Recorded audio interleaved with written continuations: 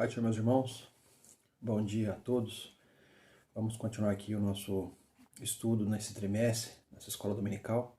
Mais uma aula aqui para a gente estar estudando esse domingo, hoje, lição de número 3, né? 19 de abril de 2020. O título da nossa aula de hoje é Eleição e Predestinação.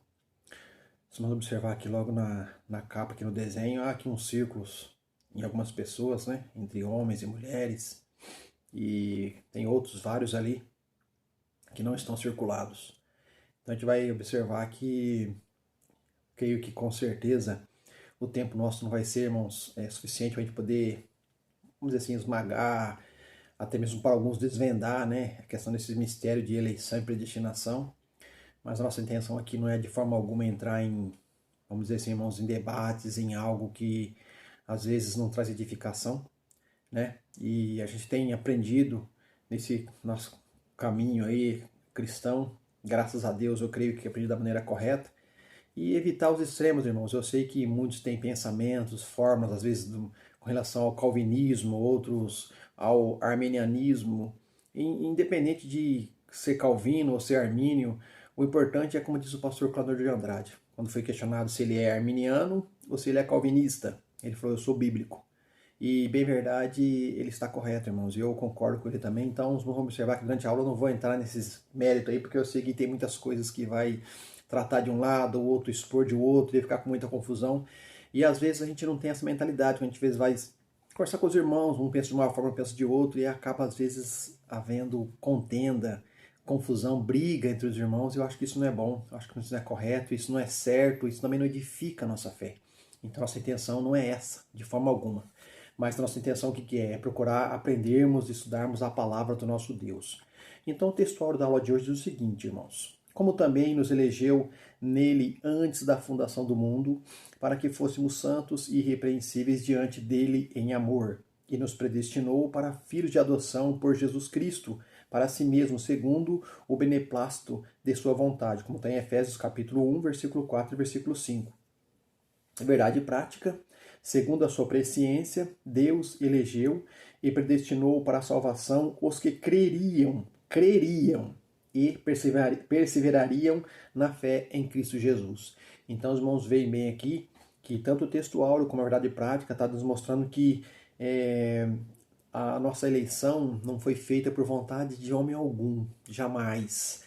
Então a gente vê que ela foi feita através do nosso Deus, pela reconciliação do nosso Senhor e Salvador Jesus Cristo, e também, irmãos, para o entendimento através do Espírito Santo de Deus nas nossas vidas, para que a gente venha compreender. Então, com isso, o que a gente entende, irmãos? Que é algo que Deus preparou, é algo que Deus, vamos dizer assim, irmãos, arquitetou, e a nossa mente não consegue compreender. Por mais que se esgote, irmãos, os dicionários, por mais que se esgote a nossa língua, outras línguas, a língua grega, a língua hebraica, irmãos, não vamos conseguir entender ou esclarecer perfeitamente essa questão de eleição e predestinação que está, vamos dizer assim, incluída nas Escrituras Sagradas. Então, para isso, e por isso, é bom, por isso que eu falei para os irmãos no início, evitar esses extremos de discussão, confusão. É importante saber: Jesus Cristo morreu, Jesus Cristo ressuscitou e nos concede a vida eterna. Basta somente a gente crer e confessá-lo como nosso único e suficiente Salvador. E mais um detalhe, como diz o pastor Antônio Gilberto: perseverar até o fim. Porque perseverando até o fim, com certeza nós iremos alcançar a nossa salvação. Aleluias. Muito bem, irmãos. Prosseguindo aqui, então, a nossa aula de hoje, a leitura bíblica em classe se encontra no primeiro capítulo, que Paulo escreveu aos irmãos Efésios, né? A carta à igreja de Éfeso, do versículo 4 ao versículo 12, que nos diz o seguinte, versículo 4, irmãos: como também nos elegeu nele antes da fundação do mundo, para sermos santos e irrepreensíveis diante dele em amor, e nos predestinou para filhos de adoção por Jesus Cristo, para si mesmo, segundo o beneplácito da sua vontade, para louvor e glória da sua graça, pela qual nos fez agradáveis a si no amado, em quem temos a redenção pelo seu sangue, glórias a Deus, a remissão das ofensas, segundo as riquezas de sua graça, e que que ele tornou abundante para conosco em toda sabedoria e prudência, descobrindo-nos o mistério da sua vontade, segundo o seu beneplácito, que propusera em si mesmo, de tornar a congregar em Cristo todas as coisas à dispensação da plenitude dos tempos, tanto as que estão nos céus como as que estão na terra. Entende, os irmãos, aqui, que a gente falou na aula passada, né? Plenitude dos tempos. Então a gente observa que essa plenitude dos tempos relacionado ao tempo de Deus, irmãos, né? Então, o tempo Kairos. Nele digo, em que também fomos feitos herança, havendo sido predestinados conforme o propósito daquele que faz todas as coisas. Está vendo, irmão? Então, nele, a gente observa que fomos feitos herança, havendo sido predestinados, está vendo? Conforme o propósito daquele que faz todas as coisas. Então, não tem como a gente compreender ou explicar, irmãos. A gente entende que está na Bíblia. A gente mostra biblicamente que Deus escolheu, predestinou a humanidade, alguns que aceitam, que querem, esses milhões que têm aceitado e têm predestinado para a vida eterna. Mas se não perseverar, não vai conseguir também chegar até o fim. Então não adianta essa questão de falar, para achar que uma vez aceitou Jesus, uma vez salvo para sempre, esquece. Temos que perseverar até o final, com o fim de sermos para o louvor da sua glória, nós, os que primeiros esperamos em Cristo. Então aqui está a nossa leitura bíblica em classe. Os objetivos da nossa aula de hoje são 3, né?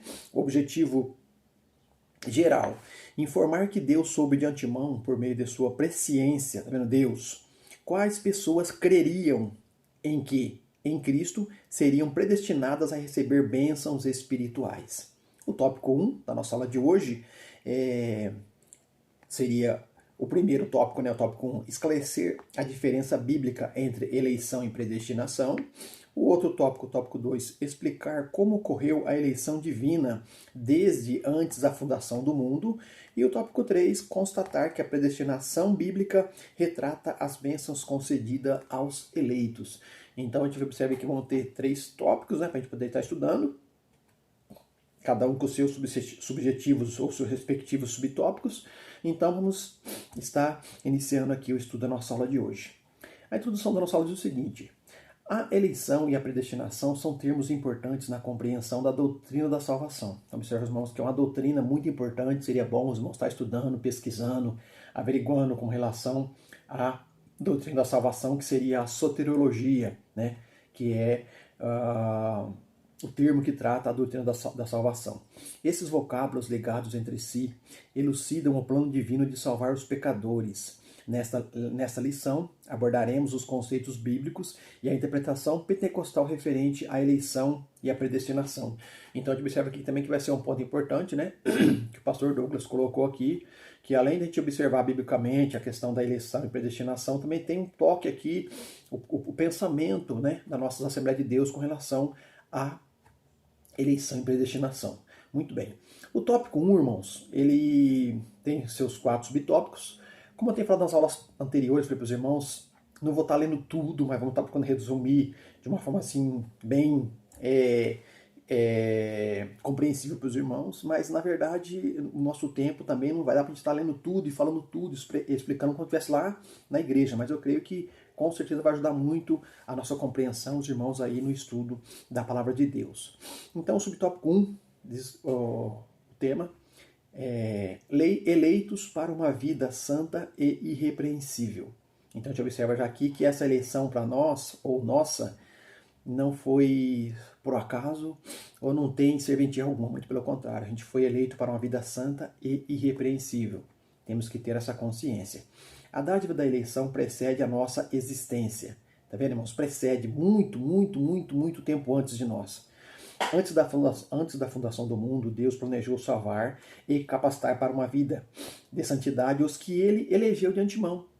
Mas então a gente, como eu falei no desenho aqui, mas será que esses que Deus elegeu de antemão, será que são só alguns? Não, a gente entende que o propósito de Deus, o desejo de Deus é salvar toda a humanidade. Mas infelizmente aqueles que não querem, irmãos, Deus não vai obrigá-los, Deus não vai forçá-los a aceitar. Muito pelo contrário. Então aqueles que têm aceitado, Deus tem os predestinado, eleitos esses, antes da fundação do mundo. E os predestinado o quê? A seguir com Cristo para a vida eterna. Mas basta agora a pessoa ter a consciência de fazer o seu papel e dar, vamos dizer assim, um valor significativo a essa eleição e predestinação na sua vida e valorizar. Vale aqui dizer para os irmãos, ressaltar mais uma vez, irmãos, o quanto é importante nós valorizarmos a nossa salvação.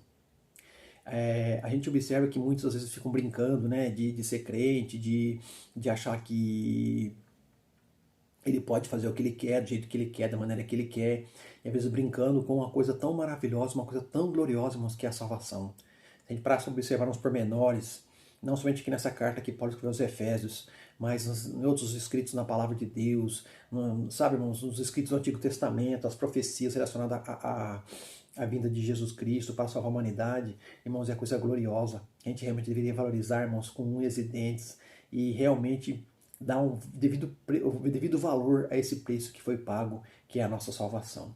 Muito bem. O subtópico 1, irmãos, a eleição divina.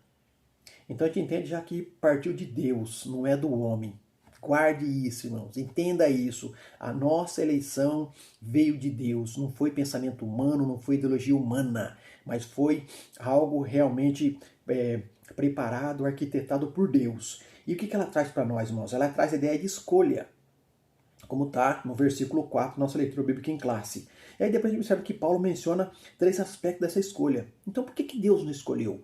Qual foi a finalidade? Olha só, em quem fomos escolhidos? É uma pergunta, vamos dizer assim, baseada no versículo 4. Em quem a gente foi escolhidos? A gente fomos escolhidos em Jesus. Graças a Deus por isso. Por isso que ela é cristocêntrica, como está no versículo 4. Outra questão. Em que tempo se deu essa escolha? Quando que ocorreu essa escolha? O tempo é dito como antes da fundação do mundo. Então a gente observa que no versículo... A gente observa que no versículo 4, nossa leitura bíblica em classe, fala que essa eleição se deu antes da fundação do mundo. E qual que é a finalidade desta eleição que Deus nos proporciona? Para que fôssemos santos e irrepreensíveis. Irmãos, a gente precisa procurar estudar um pouco mais a questão da santidade, outra doutrina também muito importante para nós, e a questão também de a gente nos tornarmos irrepreensíveis, porque passe o tempo, às vezes a gente vai ficando muito acomodados com relação à nossa vida, à nossa forma de pensar, de agir. Isso é muito perigoso, porque a gente acaba caindo no comodismo e esquece que o nosso Deus é um Deus santo e exige de cada um de nós, irmãos, seus filhos, que sejamos santos também, irrepreensíveis no mundo de pecado, no mundo de corrupção, no mundo, irmãos, a gente não consegue mais discernir quem que é crente, quem que não é, vamos dizer assim, quem é cristão e quem não é, ou vamos dizer assim, um pouco mais profundo, quem é nova criatura e quem não é.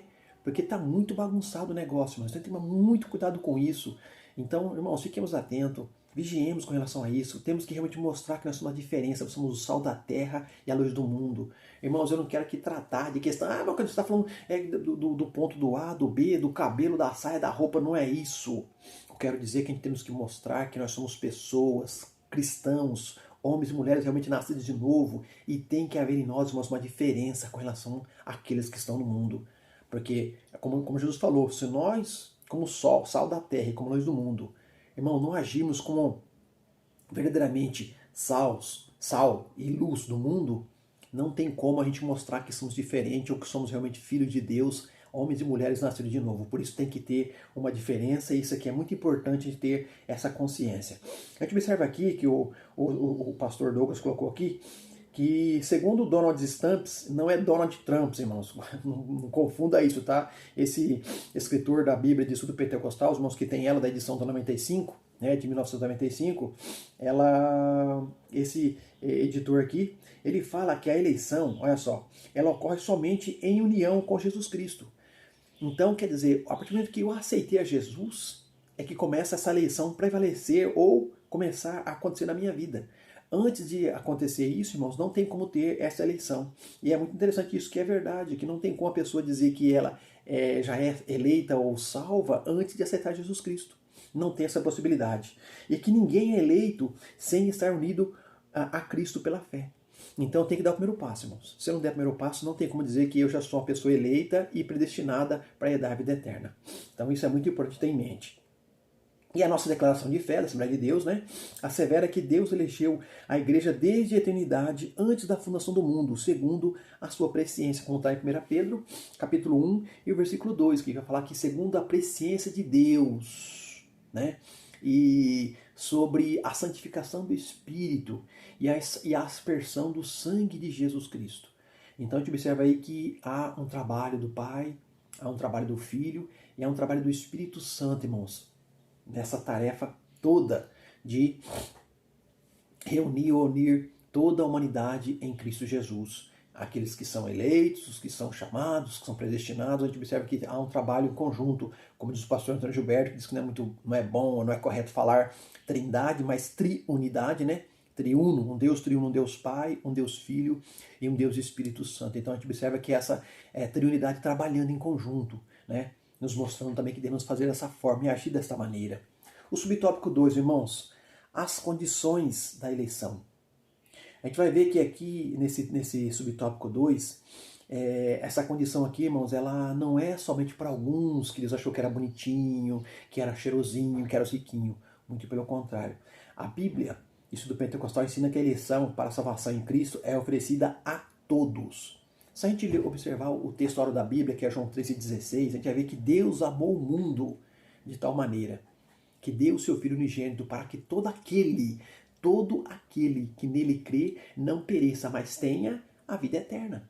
Então a gente vai ver também que Paulo escreveu a Timóteo, né? Timóteo capítulo 2, do versículo 4 ao versículo 6 também com relação a isso, que ele fala que Deus quer que todos os homens se salvem e venham ao conhecimento. Né?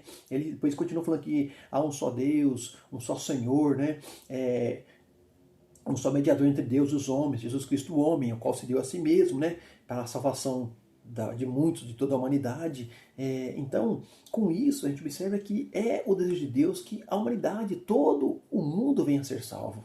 Só que, irmãos, Deus não obriga ninguém, a fazer a escolha, obrigado a tomar essa decisão. Se a gente observar quando João escreveu o livro do Apocalipse, inspirado pelo Espírito Santo ali, no capítulo 3, né, do versículo 20, a igreja de Laodiceia, né, a 7ª carta, a gente vai ver que Jesus falou ali com João que ele estava do lado de fora, estava batendo para um povo que já se dizia, entre aspas, salvo, um povo crente, um povo cristão. E se alguém ouvisse a sua voz, ele entraria, cearia com ele e a pessoa cearia com Jesus Cristo, ou vice-versa. A mesma forma é o convite que Deus faz para o cristão. Segundo o pastor, né, já saudosa memória, já morreu também, Mar Pirman, no seu livro Conhecendo as Doutrinas da Bíblia, que seria esse livro aqui, irmãos, um livro muito bom, se nós puder comprar ou adquirir, não sei mais também se tem esse livro aí no mercado para comprar e vender, ele comenta, irmãos, que é como se fosse uma placa grande numa porta dizendo: salvação está à disposição. É só a pessoa entrar e se banquetear. Então o convite de Deus, irmãos, é extenso, é proposto para toda a humanidade. Só que Deus não obriga ninguém. Então com isso a gente observa que as condições da eleição é para todos, não é só para alguns. Deixar bem claro isso, porque alguém pode pensar, não, então Deus escolheu alguns só, não. Deus escolheu todos. Mas aí, o desejo de Deus é que todos, né? Não que Deus escolheu todos, Deus quer que todos se salvem, mas a gente observa que nem todo mundo quer ou aceita essa gloriosa propósito, essa gloriosa salvação que o Senhor arquitetou e que Jesus Cristo a cumpriu muito bem, e que o Espírito Santo tem nos mostrado, tem nos revelado através das Santas Escrituras. E prosseguindo aqui, irmãos, desse modo, fomos eleitos por iniciativa divina, por causa da graciosa obra de Cristo, e não pelas nossas obras, tá vendo? Então, por causa disso, a gente observa que nós não temos mérito nenhum, como Paulo escreveu em Efésios capítulo 2, versículo 8 e versículo 9, né? Que ele fala que a salvação das nossas vidas, ela é pela graça, através da fé, né? É pela graça sois salvos, através da fé. Então a gente observa que não é mérito nosso. Ele fala que não é pelas obras para que ninguém se glorie. Então a gente observa que o Espírito Santo já estava inspirando Paulo a escrever, para que a gente sabe que o ser humano é muito, irmãos, egocêntrico, né? Então tudo que às vezes o camarada faz, a pessoa faz, ele acha que ele é o tal, que ele merece, que ele deve ser reconhecido, e não é assim. Então a gente observa que tudo vem de Deus. Por isso, glórias a Deus por isso, que a gente não temos mérito nenhum nisso. Só temos que reconhecer que sem Ele nós não somos nada. Aleluias. Prosseguindo aqui, irmãos, subtópico 3. Vida santa e irrepreensível. Então, com isso, quero pedir para os irmãos que a gente atentar bem para essas questões, porque a gente fomos eleitos e predestinados também. Uma das coisas que a gente entende bem aqui, nesse aspecto, o vocábulo grego ágio, santo, significa separado do pecado.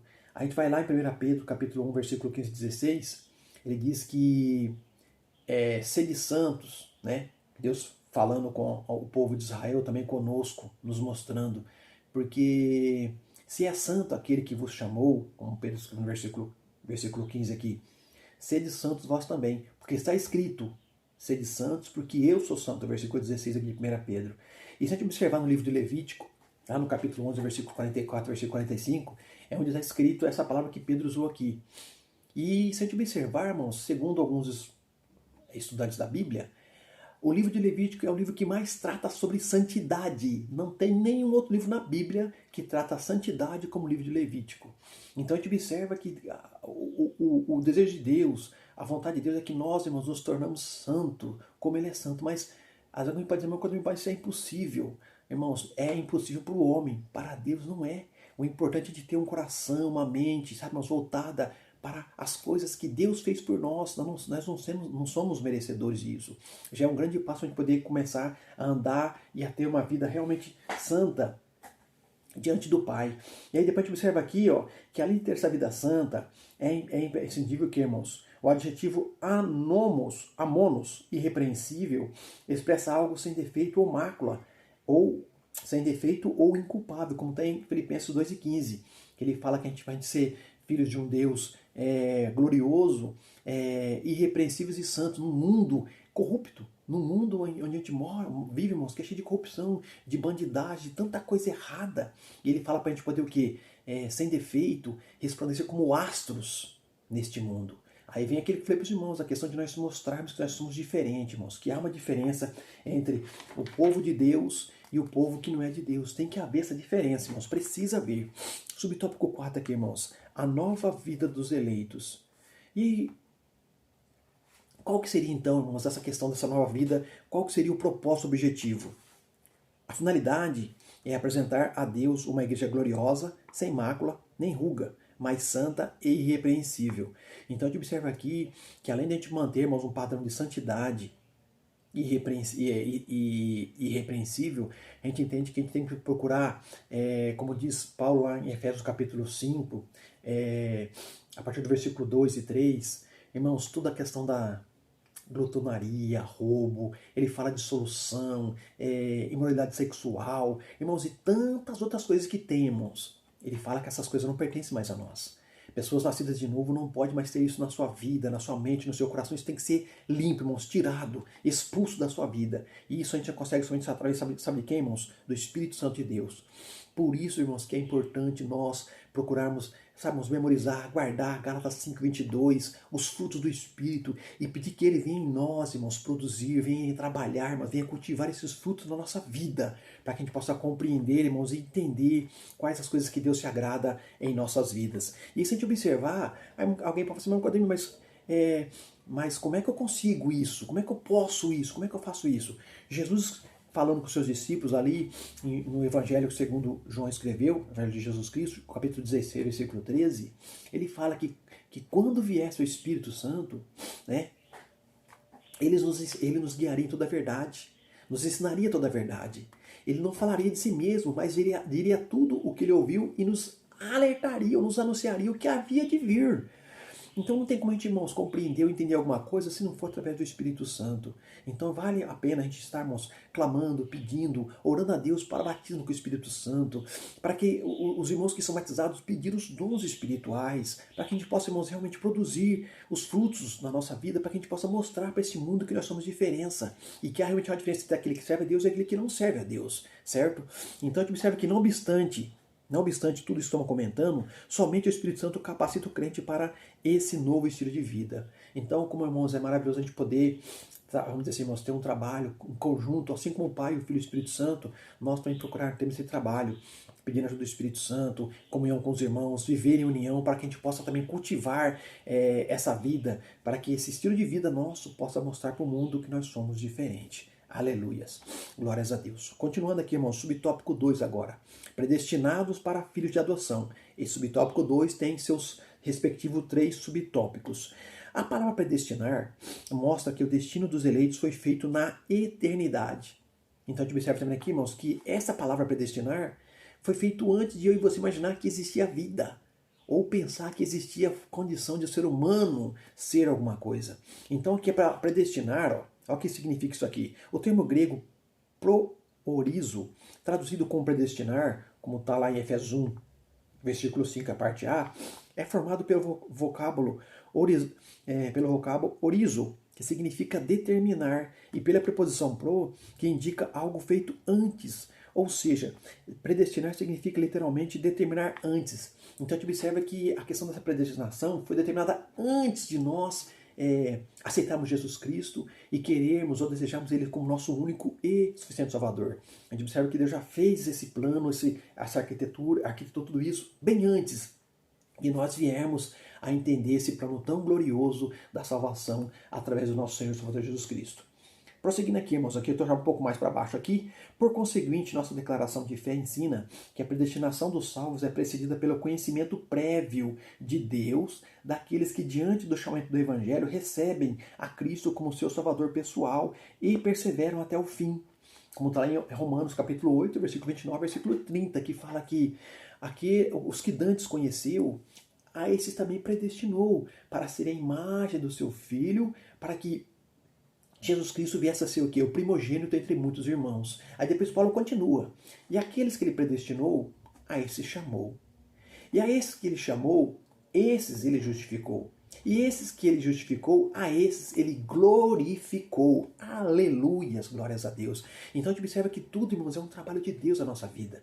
Tudo, irmãos, a gente observa que é Deus trabalhando através do Senhor Jesus Cristo e na ação do Espírito Santo em nossas vidas. Irmãos, é coisa gloriosa, é coisa maravilhosa. E que se a gente parar para analisar, irmãos, não tem como a gente explicar com palavras. Não tem como explicar com palavras. Então a gente só tem que fazer o que, irmãos? Só adorar e agradecer a Deus pelos seus maravilhosos benefícios, principalmente o que, irmãos? Dessa nossa predestinação com relação à nossa salvação. Então com isso, a gente vai entender o que? Logo, foi da vontade de Deus reconciliar os pecadores e torná-los seus filhos. Então a gente observa que quando Deus faz as coisas, não tem como o ser humano começar a imaginar que é ou que pode fazer. Se a gente observar Isaías 43 e 13, Deus vai falar assim, ó, antes que houvesse dia, eu sou. E não há ninguém que possa escapar das minhas mãos, ou das minhas mãos. Operando eu, quem impedirá? Isaías 43, versículo 13, irmãos. Então quando Deus quer fazer alguma coisa ou quando Deus trabalha, mas não tem como alguém querer impedir ou mostrar ou falar algo ao contrário, não tem como. É Deus, é glorioso, é coisa maravilhosa para nós, irmãos. Só temos realmente que glorificar e adorar esse Deus tão maravilhoso. Como disse o salmista, o que darei eu a Deus por todos os benefícios que Ele tem me feito, irmãos? Não tem como a gente pagar. É só a gente reconhecer e saber que nós somos realmente criaturas que Deus nos escolheu pela sua infinita misericórdia e tem nos concedido, irmãos, esse privilégio de nós herdarmos a vida eterna em Cristo ou por Cristo Jesus, nosso Salvador. Aleluias. Subtópico 2. Filhos por adoção. Esse aqui tem um termo muito importante para a gente entender, irmãos, que eu já falei com os irmãos um pouquinho na aula passada. Vamos observar que esse termo aqui, a questão da adoção, somente Paulo usa esse termo com relação aos seus escritos quando se fala em adoção. Essa prática não fazia parte do sistema legal judaico. Não fazia parte. Para eles não tem a questão relacionada com adoção, o que isso faz significado no seu sistema legal judaico. Mas era comum entre os romanos. Então, quando Paulo escreveu com relação à adoção de filhos que Deus nos proporcionou em Cristo Jesus, os irmãos em Éfeso, os irmãos toda naquela região onde Roma dominava, tinha essa consciência.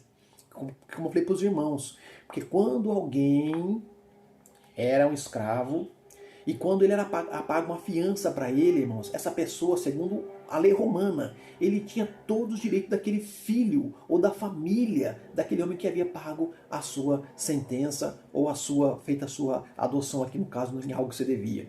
Então, com relação à filha de adoção, quando Paulo escreveu aqui, todos aqueles irmãos, aquela comunidade ali onde a carta circulou, ou que tinham conhecimento da adoção, sabia que essa forma, eu sendo um pecador, eu sendo um condenado, eu agora tenho direito de que aquela pessoa que adoçou a minha causa ou pagou a minha sentença ou a minha culpa, agora eu, Claudemir, tenho direito daquele senhor que pagou os meus créditos, no caso, os meus débitos. que Ele liquidou. Então, com isso, a partir de agora, a minha vida automaticamente já tem um outro significado, já tem um outro valor com relação ao preço pago por alguém por mim. Então, com isso, irmãos, com relação ao filho de adoção, os irmãos ali tinham bastante consciência. E a gente vai observando que Deus vai trabalhando, vai demonstrando assim de uma forma linda e maravilhosa, que com isso, essa posição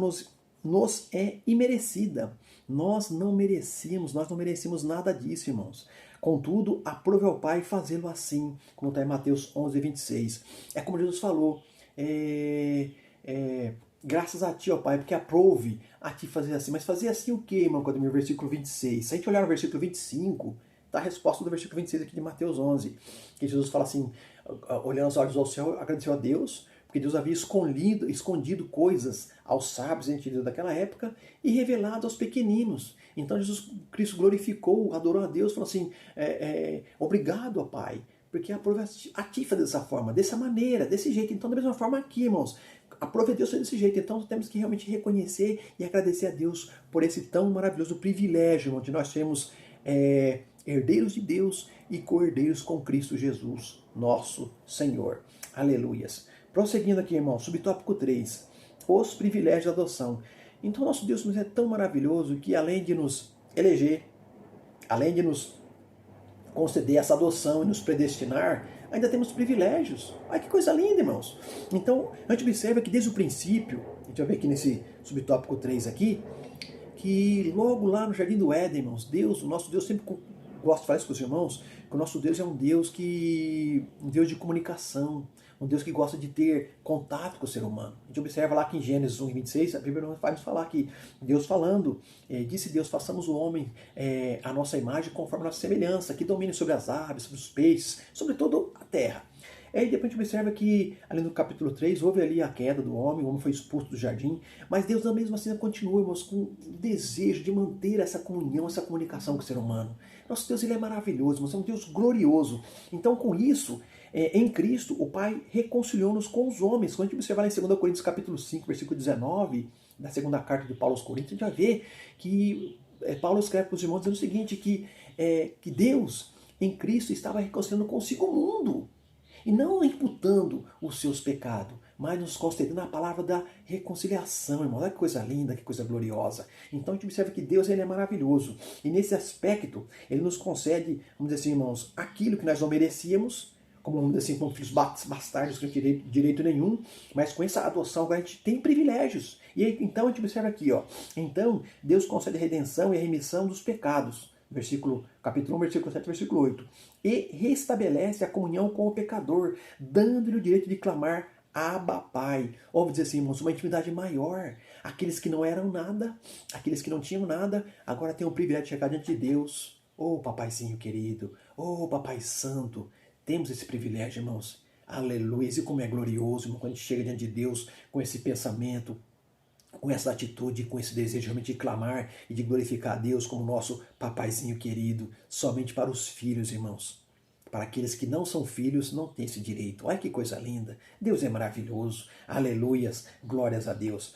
E a gente observa, irmãos, que isso significa que passamos a ser herdeiros de Deus e co-herdeiros de Cristo, como está em Romanos 8:17, que Paulo fala assim, somos filhos, logo somos herdeiros, herdeiros de Deus e co-herdeiros com Cristo. Aí Paulo fala assim, nós sofremos com Cristo, para que a gente venha também ser com Ele glorificados. Então a gente observa que há um grande privilégio para o povo de Deus, para a igreja, com relação a essa herança com Cristo Jesus.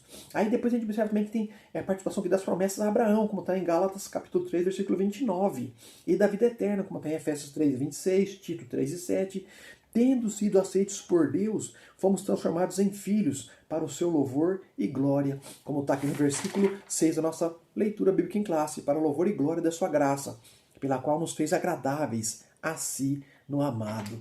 E a gente observa, irmãos, que esse agrado só foi possível através da morte do nosso Senhor e Salvador Jesus Cristo. Então a gente observa que temos privilégios muitos, irmãos. Somos muito agraciados por Deus. Somos muito privilegiados por realmente servir ao nosso Deus, um Deus tão maravilhoso, um Deus tão glorioso, que nos tem proporcionado esses privilégios abençoadíssimos, irmãos. E aí então a síntese do tópico 2. Em seus decretos eternos, Deus predestinou os eleitos em Cristo a serem filhos por adoção e herdeiros de todas as bênçãos espirituais. Olha que coisa maravilhosa, coisa linda, irmãos. Subtópico 3 agora, irmãos.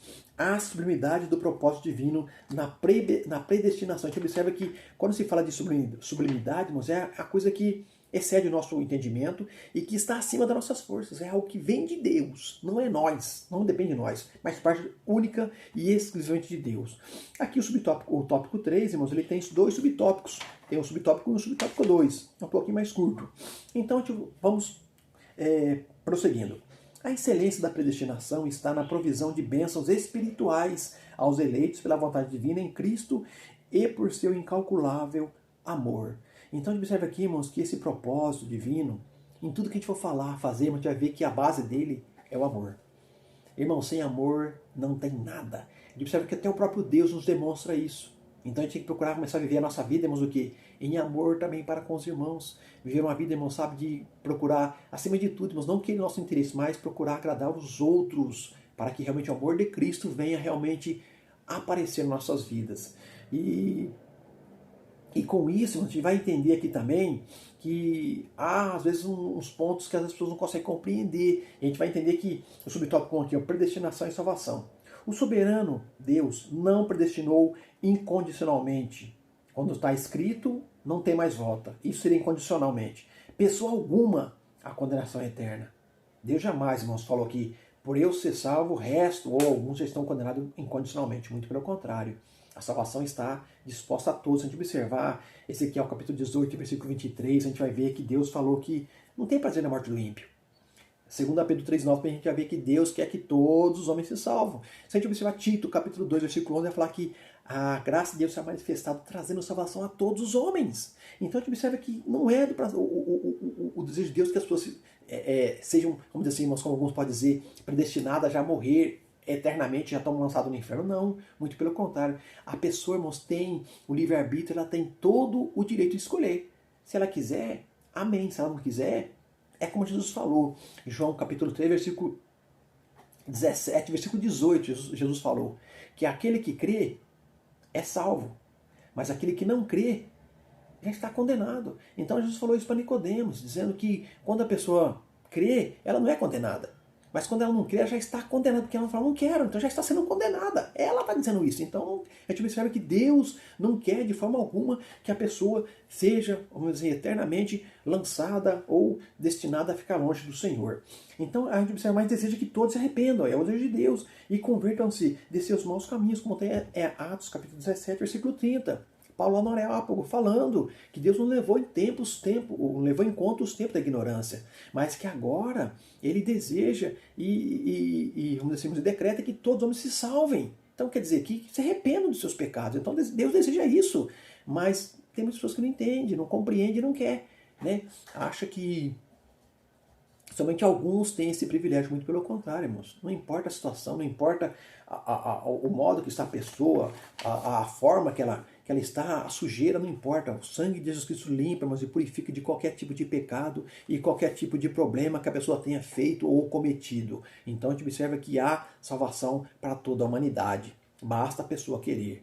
Nossa declaração de fé assevera que a predestinação bíblica diz respeito apenas à salvação, sendo condicionada ao arrependimento e à fé em Cristo Jesus segundo a presciência divina. Então, está vendo? Então, a nossa declaração de fé, a Assembleia de Deus, assevera que a predestinação bíblica diz respeito apenas o quê? À salvação.